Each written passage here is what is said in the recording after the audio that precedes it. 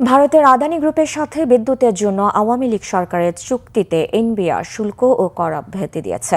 এর মাধ্যমে $40 কোটি কর ফাঁকি হয়েছে এমন অভিযোগ আমলে নিয়ে অনুসন্ধানে নেমেছে দুদক। এই সংক্রান্ত তথ্য পেতে দুদকের উপপরিচালক রেজওয়াল করিম নথিপত্র তলব করে এনবিআর ও বাংলাদেশ বিদ্যুৎ উন্নয়ন বোর্ড পিডিবিকে চিঠি দিয়েছে। এই চুক্তির জন্য সাবেক প্রধানমন্ত্রী শেখ হাসিনার মুখ্য সচিব ও তৎকালীন বিদ্যুৎ সচিব আহমদ কায়কস সহ বিদ্যুৎ উন্নয়ন বোর্ডের সংশ্লিষ্টদের যোগ সাজশ খুঁজে দেখছে সংস্থাটি। এর আগে এনবিআর এর তদন্তে 2024-25 অর্থ বছরের জুলাই পর্যন্ত ভারতের আদানি গ্রুপের কাছ থেকে আমদানি করা বিদ্যুতের বিপরীতে $39,73,467 শুল্ক কর ফাঁকি দেওয়া হয় বলে প্রতিবেদনে উঠে আসে। এই চুক্তির সময় সংশ্লিষ্ট সংস্থাকে পাশ কাটিয়ে শুল্ক ও কর অব্যাহতি দেওয়ার তথ্য উঠে আসে এনবিআর এর তদন্তে।